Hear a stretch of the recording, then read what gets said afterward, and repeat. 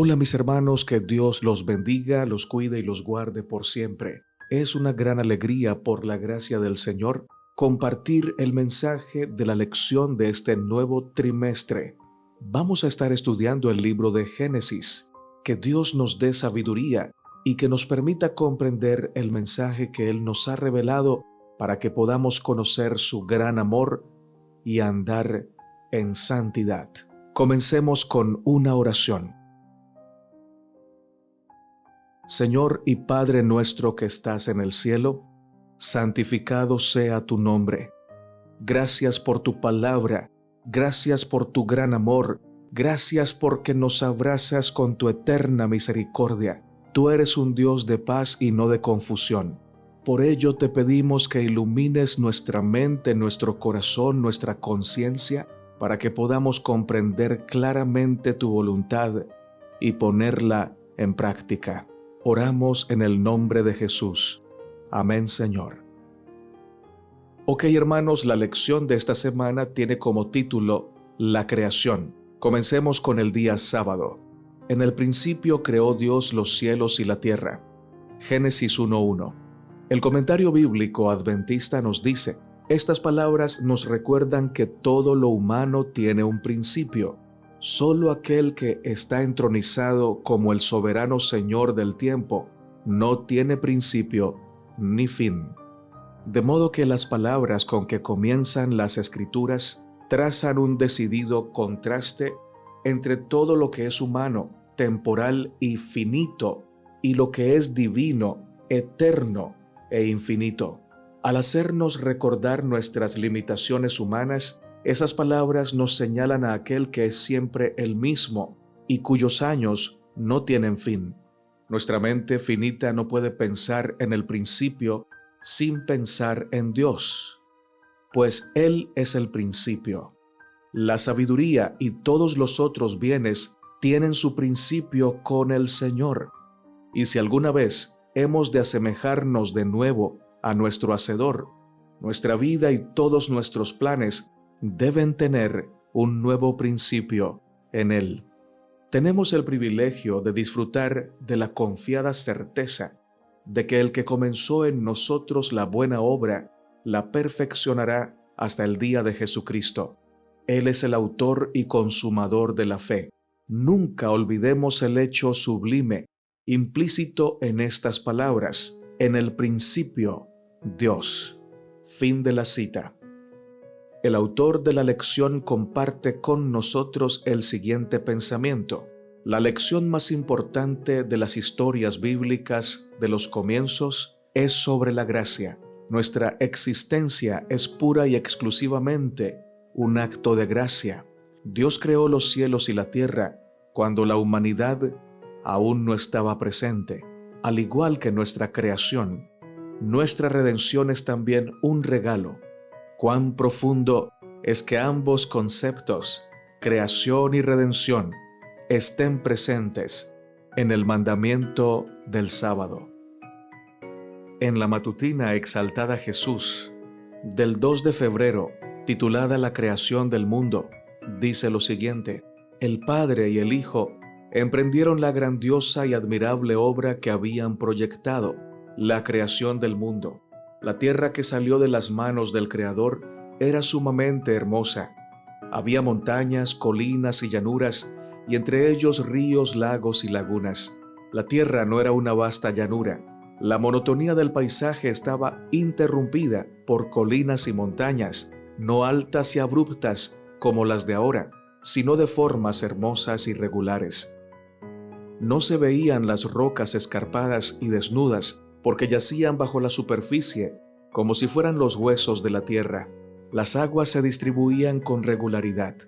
Las colinas, montañas y bellísimas llanuras estaban adornadas con plantas y flores, y altos y majestuosos árboles de toda clase, muchísimo más grandes y hermosos que los de ahora.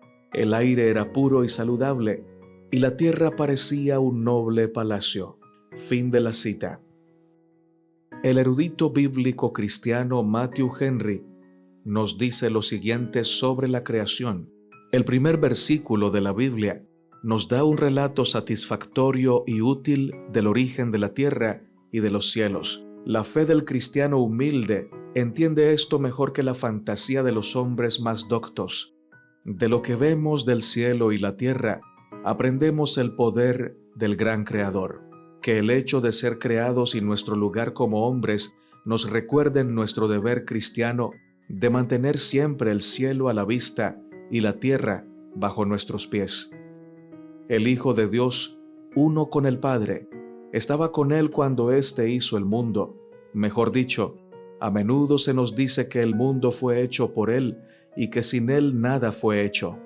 Oh, qué elevados pensamientos debiera haber en nuestra mente hacia el gran Dios que adoramos y hacia ese gran mediador en cuyo nombre oramos. Aquí, en el principio mismo del texto sagrado, leemos de ese Espíritu Divino cuya obra en el corazón del hombre se menciona tan a menudo en otras partes de la Biblia. Observe que al principio nada deseable había para ver, pues el mundo estaba informe y vacío. Era confusión y desolación. En manera similar, la obra de la gracia en el alma es una nueva creación, y en un alma sin gracia, que no ha nacido de nuevo, hay desorden, confusión y toda mala obra. Esa vida está vacía de todo bien, porque está sin Dios. Es oscura, es las tinieblas mismas. Este es nuestro estado por naturaleza, hasta que la gracia del Todopoderoso efectúa en nosotros un cambio. Domingo 27 de marzo, el Dios de la creación. Génesis 2:4 nos dice: estos son los orígenes de los cielos y de la tierra, cuando fueron creados, el día que Jehová Dios hizo la tierra y los cielos. Te comparto la siguiente cita extraída del comentario bíblico adventista. Estas palabras comienzan el relato de Génesis 2. Muchos comentadores se inclinan a considerar el pasaje del capítulo 2, verso 4, hasta el capítulo 3, 24, como un registro de la creación, un registro diferente, que se originó en otra pluma en un tiempo posterior a Génesis 1, 1 hasta el Génesis 2, 4. Sin embargo, un estudio de los contenidos aclara que en ningún sentido puede considerarse que el capítulo 2 es otra versión del relato de la creación del capítulo 1.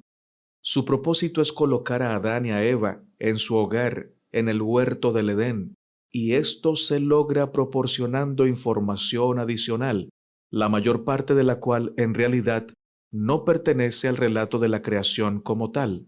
Describe el hogar edénico después de que había sido creado. Sin esta información, no solo sería tristemente incompleto el informe que tenemos de esta tierra en su estado edénico, sino que los sucesos de Génesis 3, la caída del hombre, difícilmente serían inteligibles. Este capítulo 2 incluye detalles adicionales acerca de la creación del hombre, una descripción de su hogar edénico, la prueba de su lealtad a Dios o derecho moral a su hogar, la prueba de su inteligencia o idoneidad mental para gobernar las obras creadas por Dios y las circunstancias que rodeaban el establecimiento del primer hogar. Fin de la cita. La lección nos dice: esta doble visión de un Dios que es majestuoso y poderoso, y a la vez también es cercano y amoroso, y tiene un vínculo con nosotros, contiene un aspecto importante sobre cómo debemos dirigirnos a Dios al adorarlo. El sobrecogimiento y la reverencia van de la mano con el gozo y la seguridad de la proximidad, el perdón y el amor de Dios. El Dios de la creación, amados hermanos, es un Dios todopoderoso, no es un Dios humano, no es un Dios parecido a nosotros en el sentido de que pierda la paciencia, de que algo se le salga de control, porque Él es todopoderoso. Tiene planes de largo alcance, nada lo toma por sorpresa, y antes de crearnos había hecho toda provisión para que nuestro bien eterno, el de todos, estuviera completamente asegurado. ¿Por qué es así? Porque es todopoderoso, porque es todo amor y porque tú eres importante para Él. Tu familia es importante para Él. Tus hijos son importantes para Él. Cada familia de la tierra es importante para el Señor. Por cada persona, por cada criatura, hizo la creación y por cada criatura se entregó a sí mismo en la cruz. Permíteme compartirte lo que dice Matthew Henry con respecto al Dios de la creación. Dice así: aquí se da un nombre al Creador, Jehová. Jehová es el nombre de Dios que denota que sólo Él tiene su ser de sí mismo y que Él da el ser a todas las criaturas y cosas. Además, se destacan las plantas y las hierbas porque fueron hechas y señaladas como alimento para el hombre. La tierra no produjo sus frutos por su propio poder. Esto fue hecho por el poder del Omnipotente. De la misma manera, la gracia del alma no crece por sí misma en el terreno de la naturaleza. Es la obra de Dios. La lluvia es también dádiva de Dios. No llovió, sino hasta que Dios hizo llover. Aunque Dios obra usando medios cuando le agrada, puede no obstante hacer su obra sin ningún medio. Y aunque nosotros no hemos de tentar a Dios descuidando los medios, debemos confiar en Él, tanto en el uso como en la falta de medios. De una u otra manera, Dios regará las plantas de su plantío. La gracia divina desciende como el rocío y silenciosamente riega la iglesia sin hacer ruido. El hombre fue hecho de polvo menudo, como el que hay en la superficie de la tierra. El alma no fue hecha de la tierra como el cuerpo. Lástima entonces que deba apegarse a la tierra y preocuparse por las cosas terrenales. En breve daremos cuenta a Dios por la forma en que hemos empleado nuestras almas. Los necios desprecian sus propias almas al preocuparse de sus cuerpos antes que de sus almas. Fin de la cita. Dios nos creó por amor, nos creó con amor y nos creó para que viviéramos eternamente. El pecado ha entrado a la creación del Señor, pero lo ha hecho como un usurpador, como alguien que no fue invitado. Y el propósito del mal, del pecado, es dañar el propósito de Dios. Pareciera que lo estuviera logrando. Sin embargo, no será así para siempre. El bien triunfará sobre el mal. La última palabra la tiene nuestro Dios creador y redentor. Él podrá conseguir lo que se ha propuesto con cada vida, porque los planes del Señor son de bien y no de mal, para darnos un futuro y una esperanza. Alabemos al Señor, que es nuestro Creador, pero también nuestro Redentor. Oh, qué gran Padre tenemos en el Padre Celestial. Lunes 28 de marzo. La creación. Génesis 1, versos 4, 10 y 12, nos dice lo siguiente: Y vio Dios que la luz era buena, y separó Dios la luz de las tinieblas, y llamó Dios a lo seco tierra, y a la reunión de las aguas llamó mares. Y vio Dios que era bueno. Produjo pues la tierra hierba verde, hierba que da semillas según su naturaleza, y árbol que da fruto, cuya semilla está en él, según su género. Y vio Dios que era bueno. El comentario bíblico adventista nos dice: vio Dios que era bueno. Ahora la mirada de Dios descansó con placer y satisfacción en el producto terminado del tercer día de creación. Era bueno. Esta tierra seca primitiva difícilmente nos hubiera parecido buena a nosotros. Era un mundo de valles, colinas y llanuras sin verdor que surgieron de debajo de las aguas. En ninguna parte había una brizna de hierba ni un liquen colgante. Sin embargo, le pareció bueno a su hacedor, que podía verlo en relación con los usos para los cuales lo destinaba, y como un paso preparatorio adecuado para las nuevas maravillas que iba a iniciar. Fin de la cita. El autor de la lección dice lo siguiente: la frase "era bueno" significa que la creación estaba funcionando bien, que era hermosa y perfecta y que no había maldad en ella. El mundo todavía no era como nuestro mundo, afectado por el pecado y la muerte, una idea que se destaca en la introducción del segundo relato de la creación. Saben, mis hermanos y mis hermanas, nosotros como seres humanos tenemos una visión bastante limitada. Vemos a nuestro prójimo que anda en pecado y lo vemos perdido. Incluso llegamos a pensar que algunas de las personas que conocemos ya no tienen solución, ya están perdidas. No podemos verlos como candidatos para el reino de Dios porque nuestra visión está contaminada por el pecado y está limitada. Sin embargo, Dios ve en cada criatura un prospecto para el reino de los cielos.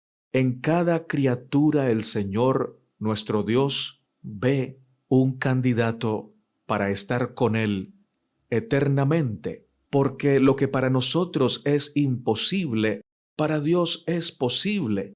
Para nosotros era imposible decir: produzca la tierra seca o la tierra recién separada de las aguas hierba verde.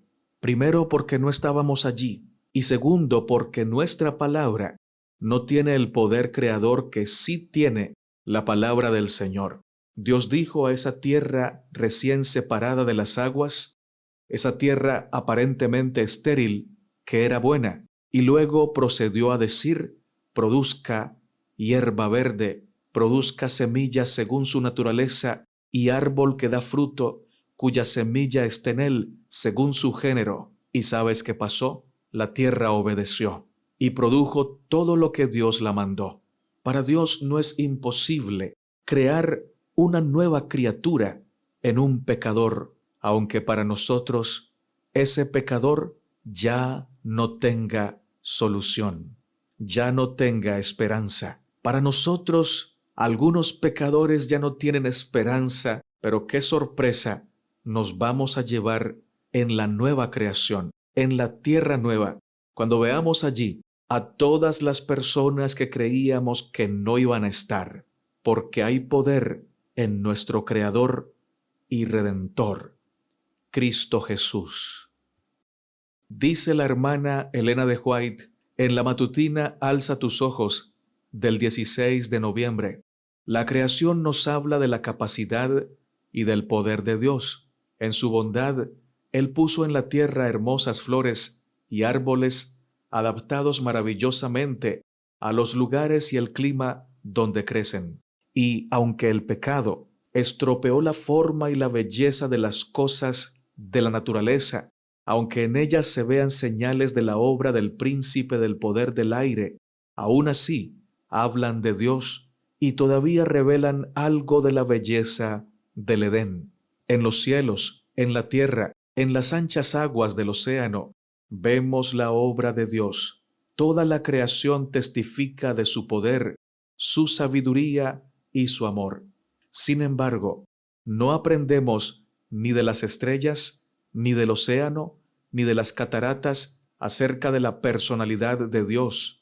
Cristo vino a revelar esto. Cristo vino a revelar a la raza caída el amor de Dios. Él, la luz del mundo, encubrió el deslumbrante esplendor de su divinidad y vino a vivir a esta tierra como un hombre entre los hombres, para que ellos, sin ser consumidos, pudieran relacionarse con su Creador. Ningún hombre ha visto a Dios fuera de lo que Cristo ha revelado de Él. Fin de la cita. Mis hermanos y mis hermanas, si queremos comprender el propósito que Dios tuvo en la creación, sencillamente debemos mirar a Cristo, contemplar su carácter, estudiar su obra, su mensaje. Mirar a Cristo es darnos cuenta de primera mano acerca de cuál era el propósito de Dios para cada ser humano. Cristo es la expresión del propósito de Dios para la vida en esta tierra. La vida de Cristo es lo que Dios quiere que tú seas y es lo que Dios quiere que yo sea. Pero ojo, no nos pide que seamos santos con nuestra propia fuerza, con nuestra propia disciplina, porque sería imposible. Cristo es a la vez nuestro ejemplo, pero también es nuestro sustituto. Él tomó nuestro lugar para darnos su lugar en la creación. Él es el representante de la raza humana y lo que Él logró se lo acredita a todo ser humano que lo acepta como Salvador y como Señor. Sin embargo, Él no vino a la tierra para que la mayoría lo rechazara, y aunque ahora vemos que la mayoría lo sigue rechazando, también tendremos el privilegio de ver cuando toda la creación lo reconocerá como el Señor, creerá en Él y confesará su nombre para salvación. Así lo dice Filipenses capítulo 2, versos 8 al 11 y Apocalipsis capítulo 15, verso 4, entre otros pasajes de la Biblia. De manera que, mis hermanos, podemos tener esperanza, consuelo y convicción de que toda la creación terminará bien, de que todos los que han venido a esta tierra, a los que Dios les ha dado vida, conocerán a Cristo, porque toda la tierra será llena del conocimiento de la gloria de Dios, como las aguas cubren el mar, y todas las criaturas darán gloria al Señor por su creación, por haberlos traído a la existencia y por haberles dado la manifestación de su amor con tanta paciencia, cuando se consume la salvación eterna. Matthew Henry nos dice, comentando a Génesis 1:31, lo siguiente: cuando nos ponemos a pensar en nuestras obras, hallamos, para vergüenza nuestra, que en gran parte han sido muy malas, pero cuando Dios vio su obra, todo era muy bueno. Bueno, pues todo era cabalmente como el Creador quería que fuera. Todas sus obras en todos los lugares de su señorío le bendicen, y por tanto bendice, alma mía, al Señor. Bendigamos a Dios por el Evangelio de Cristo, y al considerar su omnipotencia, huyamos nosotros, los pecadores, de la ira venidera. Si somos creados de nuevo conforme a la imagen de Dios en santidad, finalmente entraremos en los cielos nuevos y en la tierra nueva, en los cuales mora la justicia. Fin de la cita. Martes 29 de marzo, el sábado. Éxodo 20, 8 al 11. Acuérdate del día de reposo para santificarlo. 6 días trabajarás y harás toda tu obra. Mas el séptimo día es reposo para Jehová tu Dios. No hagas en él obra alguna, tú, ni tu hijo, ni tu hija, ni tu siervo, ni tu criada, ni tu bestia, ni tu extranjero que está dentro de tus puertas. Porque en 6 días hizo Jehová los cielos y la tierra, el mar y todas las cosas que en ellos hay, y reposó en el séptimo día. Por tanto, Jehová bendijo el día de reposo y lo santificó. El comentario bíblico adventista nos dice: el sábado nos remonta a un mundo perfecto en el remoto pasado, y nos advierte que hay un tiempo cuando el Creador otra vez hará nuevas todas las cosas.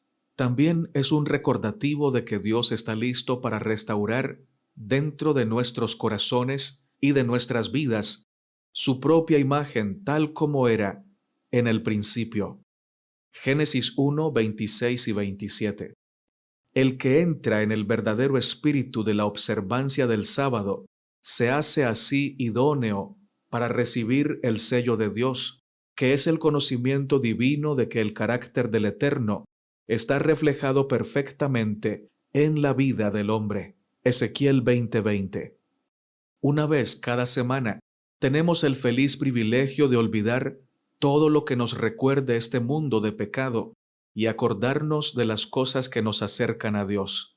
El sábado puede llegar a ser para nosotros un pequeño santuario en el desierto de este mundo, donde por un tiempo podemos estar libres de sus cuidados y podemos entrar, por así decirlo, en los gozos del cielo.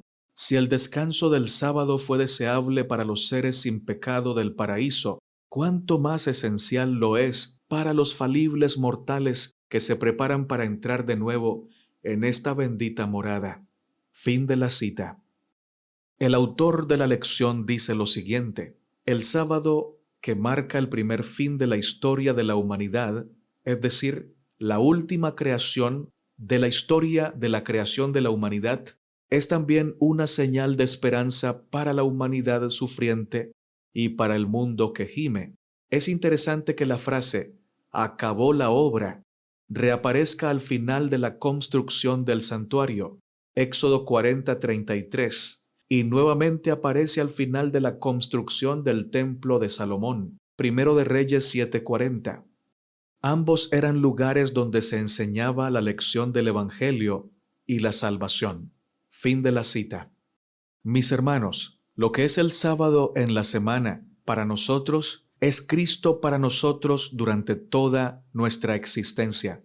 Así como el sábado descansamos de nuestras obras para entrar a las obras del Señor, en Cristo, en su gracia, en su palabra, debemos descansar de nuestras obras para entrar a las obras de Cristo. Nuestras obras siempre están enmarcadas en nuestra vanidad, en nuestro egoísmo, en nuestro orgullo, en nuestros rencores y caprichos. Necesitamos todos los días de la semana dejar o cesar de hacer nuestras obras egoístas y carnales para entrar en las obras de descanso y de santidad de Cristo. Esto debe ocurrir todos los días de la semana, no solamente el sábado.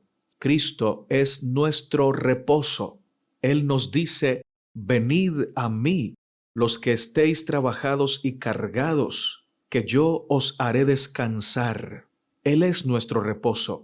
Si estamos cansados de guardar rencor, vengamos a Cristo. Si estamos cansados de adulterar, de fornicar, de mentir, de matar con nuestra mirada o con nuestra lengua, vengamos a Cristo. Y en Cristo tendremos descanso y comenzaremos a vivir una nueva vida, una nueva creación, ya no según el orden del pecado, sino según el orden de Cristo Jesús. Amén por eso. Permíteme compartirte el siguiente pasaje de la hermana Elena de White, tomado de la matutina Exaltada Jesús del 8 de febrero. Dice así: el sábado apunta hacia el Creador. El sábado fue dado a la humanidad entera para conmemorar la obra de la creación. Después de colocar los fundamentos de la tierra, después de vestir el mundo entero con su manto de hermosura y de crear todas las maravillas de la tierra y el mar, el gran Jehová instituyó el día sábado y lo santificó, cuando cantaban juntas las estrellas del alba y todos los hijos de Dios daban voces de júbilo. El sábado fue apartado como un monumento divino. Dios santificó y bendijo el día durante el cual reposó de toda su obra admirable. Y este sábado santificado por Dios debía guardarse como un pacto perpetuo. Era un monumento conmemorativo que debía perdurar durante todas las edades, hasta el fin de la historia terrenal. Dios rescató a los hebreos de su esclavitud en Egipto y les ordenó observar su sábado y guardar la ley que había sido dada en el Edén. Realizó un milagro cada semana con el fin de establecer en sus mentes el hecho de que al comienzo del mundo había instituido su sábado. Miércoles 30 de marzo. La creación de la humanidad. Génesis 1, 26 al 29 testifica lo siguiente: entonces dijo Dios: hagamos al hombre a nuestra imagen, conforme a nuestra semejanza, y señoree en los peces del mar, en las aves de los cielos, en las bestias, en toda la tierra, y en todo animal que se arrastra sobre la tierra. Y creó Dios al hombre a su imagen. A imagen de Dios lo creó, varón y hembra los creó. Y los bendijo Dios y les dijo: fructificad y multiplicaos, llenad la tierra y sojuzgadla, y señoread en los peces del mar, en las aves de los cielos, y en todas las bestias que se mueven sobre la tierra. Y dijo Dios: He aquí os he dado toda planta que da semilla, que está sobre toda la tierra, y todo árbol en que hay fruto, y que da semilla, os serán para comer. El comentario bíblico adventista nos comparte lo siguiente. Desde el mismo principio, el registro sagrado proclama la preeminencia del hombre por encima de todas las otras criaturas de la tierra. El plural, hagamos, fue considerado casi unánimemente por los teólogos de la Iglesia primitiva como que indica a las tres personas de la deidad. La palabra hagamos requiere por lo menos la presencia de dos personas que celebran un consejo. Las declaraciones de que el hombre había de ser hecho a nuestra imagen y fue hecho a imagen de Dios llevan a la conclusión de que los que celebraron consejo deben ser personas de la misma deidad. Esta verdad implícita en varios pasajes del Antiguo Testamento, tales como los que hemos tratado aquí, y Génesis 3:22, está plena y claramente revelada en el Nuevo Testamento, donde se nos dice en términos inconfundibles que Cristo, la segunda persona de la deidad, llamada Dios por el Padre mismo, en Hebreos 1:8, estuvo asociada con su Padre en la obra de la creación. Sobre el hecho de que el hombre fue creado a imagen de Dios, el comentario bíblico nos dice: esa imagen se hacía más evidente en términos de su naturaleza espiritual. Vino a ser un ser viviente, dotado de libre albedrío, una persona autoconsciente. Esta naturaleza reflejaba la santidad divina de su Hacedor hasta que el pecado destruyó la semejanza divina. Solo mediante Cristo, el resplandor de la gloria de Dios y la imagen misma de su sustancia, se transforma nuestra naturaleza otra vez a la imagen de Dios. Fin de la cita. El autor de la lección también dice lo siguiente: una de las declaraciones más audaces de la Biblia es que Dios ha creado a los seres humanos a su imagen. Solamente los seres humanos fueron creados a imagen de Dios, aunque Dios hizo animales de la tierra según su género. Génesis 1:25. Dios creó al hombre a su imagen. Dios puso su imagen y semejanza en el hombre, más específicamente en su carácter. Dios nos dotó de la capacidad de elegir. Sin embargo, con la entrada del pecado, esa capacidad de elección fue secuestrada, fue capturada, fue alterada por el pecado, de tal manera que sin Cristo, nosotros, cuando tenemos que elegir entre dos opciones, siempre vamos a elegir la incorrecta. Y si elegimos la correcta, lo haremos por los motivos incorrectos, y eso ya es una manifestación de nuestra contaminación en el pecado. Por eso necesitamos un Salvador. Si nuestra libre elección, si nuestra libertad con la cual Dios nos creó no hubiera sido secuestrada por el pecado, Dios no hubiera tenido que morir en nuestro lugar. Sencillamente nos hubiera dicho: elijan el bien, elijan obedecerme y se salvarán. Sin embargo, como nuestra voluntad ha sido secuestrada, necesitamos un Salvador, alguien con poder espiritual total como Cristo Jesús, quien a pesar de que tomó nuestras debilidades inocentes, no fue capturado por el pecado. Su voluntad se mantuvo firme y no cayó, no cedió, y eligió exaltar al Padre Celestial, guardar su santa ley y darnos su obediencia en nuestra cuenta, es decir, acreditarnos o imputarnos su obediencia a la par que nos imparte su justicia constantemente para que crezcamos a su imagen y semejanza, y al conocer la verdad que es Cristo, seamos hechos libres. Alabado sea el nombre de Dios.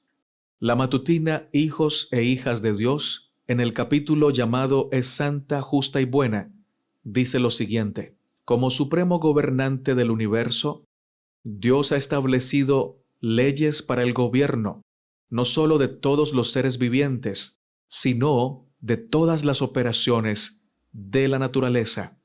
Todo, grande o chico, animado o inanimado, está sometido a leyes fijas que no pueden pasarse por alto. No hay excepciones a esta regla, porque nada que haya hecho la mano divina ha sido olvidado por la mente divina.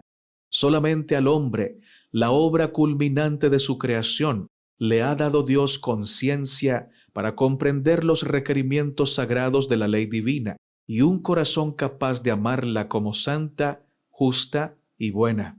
Y del hombre se requiere pronta y perfecta obediencia. Fin de la cita. Ahora permítanme compartirles el siguiente pensamiento, mis hermanos. La pronta y perfecta obediencia el hombre la ha cumplido. ¿Cómo la ha cumplido? La ha cumplido en Cristo. Cristo es el representante de la humanidad. Y cuando el Padre mira a la humanidad, ve a Cristo. Por lo tanto, ve a toda la humanidad como si fuera obediente en Cristo. No porque el Padre se engañe a sí mismo, sino porque Cristo es nuestro representante.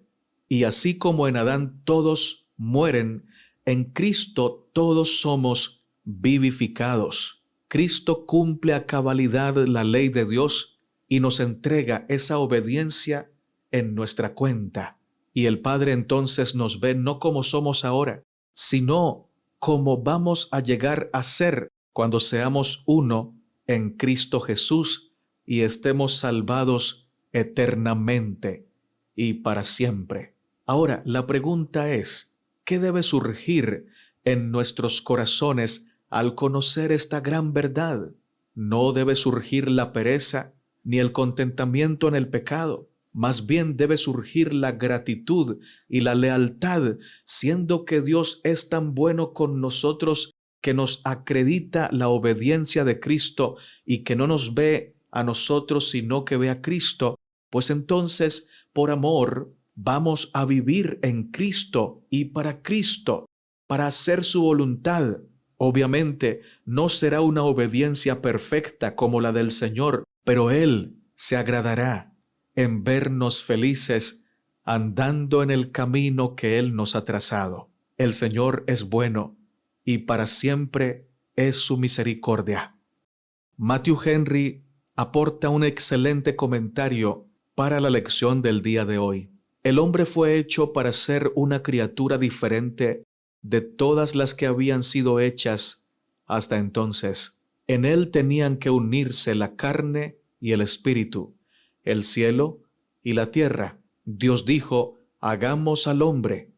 El hombre, cuando fue hecho, fue creado para glorificar al Padre, Hijo y Espíritu Santo. En ese gran nombre somos bautizados, pues a ese gran nombre debemos nuestro ser. Es el alma del hombre la que lleva especialmente la imagen de Dios. El hombre fue hecho recto. Su entendimiento veía clara y verdaderamente las cosas divinas. No había yerros ni equivocaciones en su conocimiento. Su voluntad consentía de inmediato a la voluntad de Dios en todas las cosas. Sus afectos eran normales y no tenía malos deseos ni pasiones desordenadas. Sus pensamientos eran fácilmente llevados a temas sublimes y quedaban fijos en ellos. Así de santos, así de felices eran nuestros primeros padres cuando tenían la imagen de Dios en ellos. Pero cuán desfigurada está la imagen de Dios en el hombre. Quiera el Señor renovarla en nuestra alma por su gracia. Jueves 31 de marzo. El deber de la humanidad.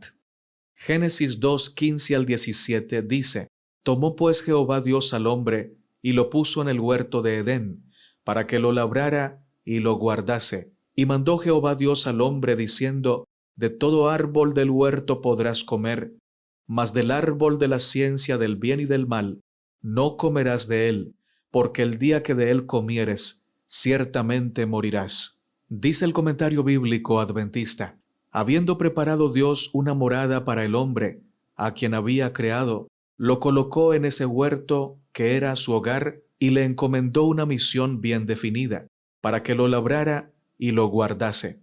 Esta orden nos enseña que la perfección con la cual salió la creación de las manos de Dios no excluía la necesidad de cultivar, es decir, el trabajo humano.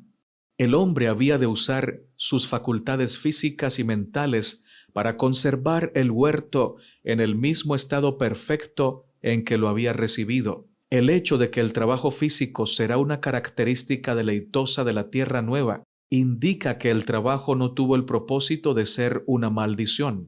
La comisión dada a Adán de guardar el huerto quizás sea una velada insinuación de que amenazaba el peligro de que le fuera arrebatado si no era vigilante. El verbo guardar, que es el hebreo chamar, significa custodiar, vigilar, preservar, observar y retener firmemente. Ciertamente parece irrazonable que se le pidiera a Adán que custodiara el huerto contra ataques de animales feroces, como algunos comentadores han interpretado este texto. En la tierra antes de la caída no existía enemistad entre los animales mismos ni entre el hombre y las bestias. El temor y la enemistad son los resultados del pecado, pero otro peligro muy real, la presencia de Satanás, amenazaba con arrebatarle al hombre su dominio sobre la tierra y su posesión del huerto. Por otro lado, guardar el huerto quizás sencillamente sea un sinónimo de labrarlo. Hermano y hermana, hoy en día también tenemos un huerto que vigilar, que custodiar, que preservar y que retener firmemente. Ese huerto es nuestra mente, nuestro corazón y el templo de nuestro cuerpo. Tengamos nuestra mente, nuestro corazón y nuestro cuerpo apartados, santificados para el Señor. No hagamos con nuestras manos lo que no agrada al Señor.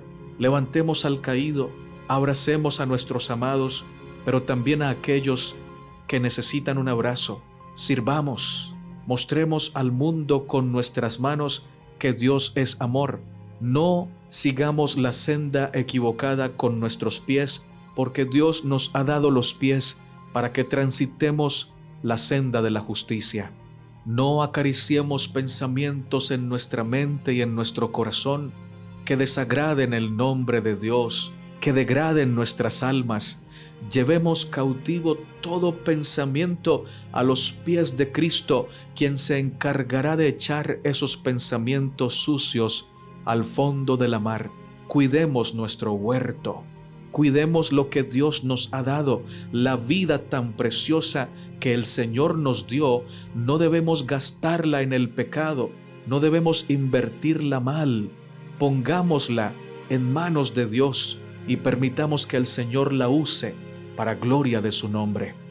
El autor de la lección nos dice lo siguiente: el primer deber del hombre se refiere al medio ambiente natural en el que Dios lo ha puesto, cultivarlo y cuidarlo. El verbo abad, cultivar, alude al trabajo. No es suficiente recibir un regalo, tenemos que trabajar en él y hacerlo fructífero. Esta es una lección que el Señor Jesucristo repetirá en su parábola de los talentos.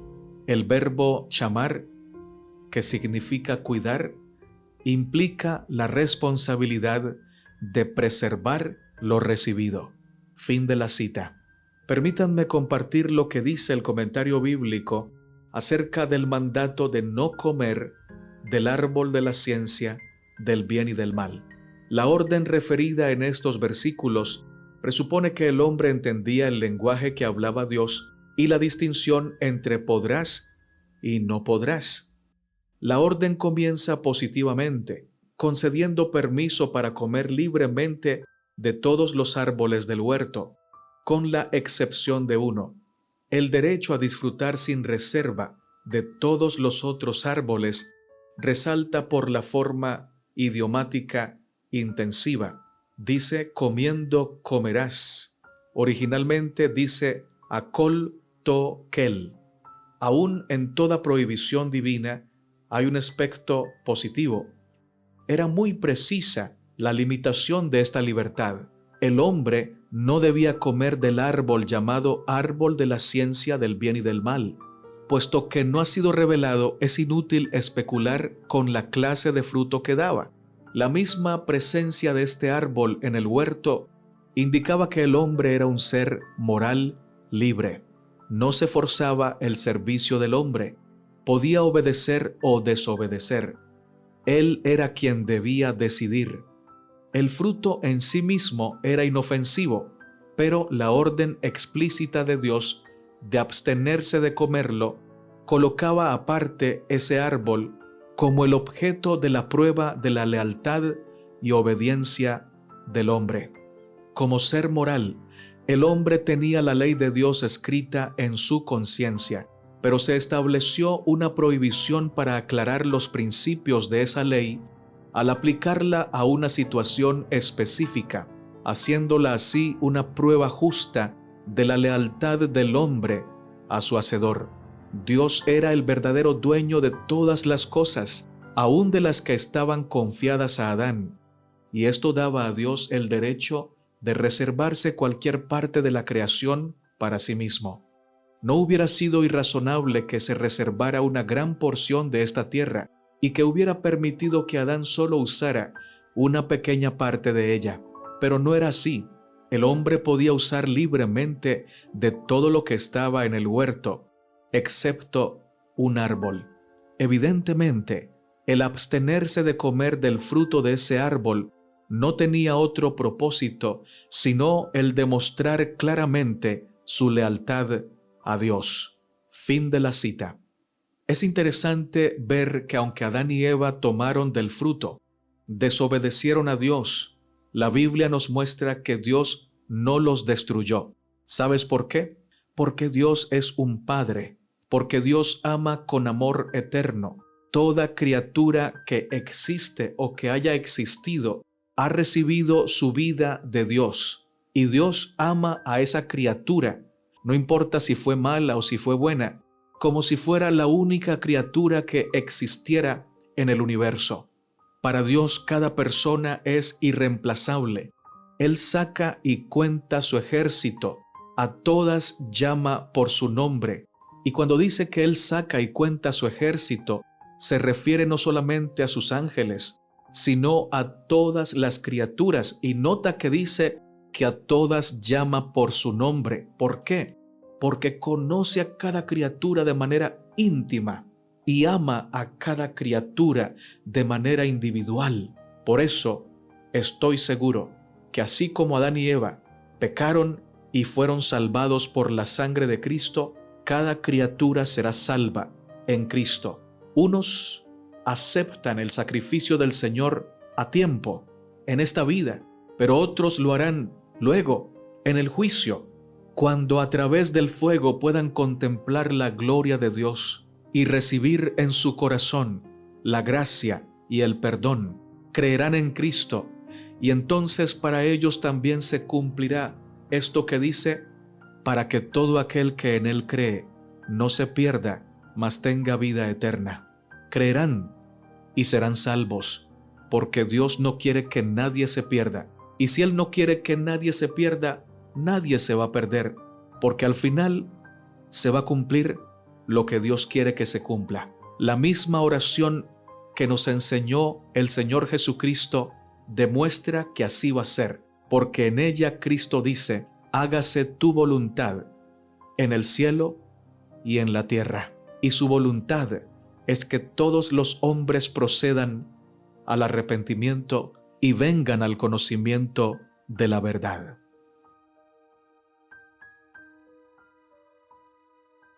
Viernes 1 de abril, para estudiar y meditar. Efesios 2:10 dice: porque somos hechura suya, creados en Cristo Jesús para buenas obras, las cuales Dios preparó de antemano para que anduviésemos en ellas.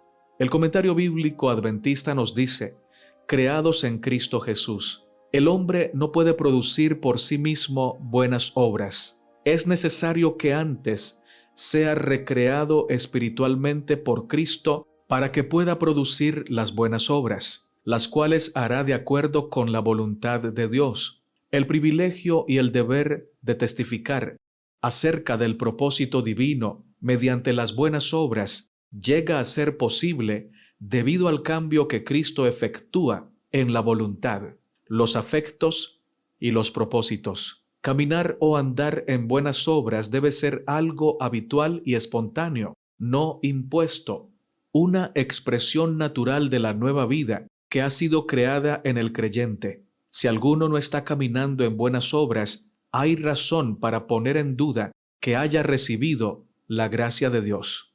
El arquitecto del universo lo es también de las almas, cuya actividad responde a un propósito eterno. Dios no solo proporciona la oportunidad para que haya buenas obras, sino que también ofrece los medios para que sean hechas. Fin de la cita. Comentando a Efesios 2:10, William Barclay dice: Pablo afirma que somos creados de nuevo por Dios para buenas obras. Aquí tenemos la paradoja paulina.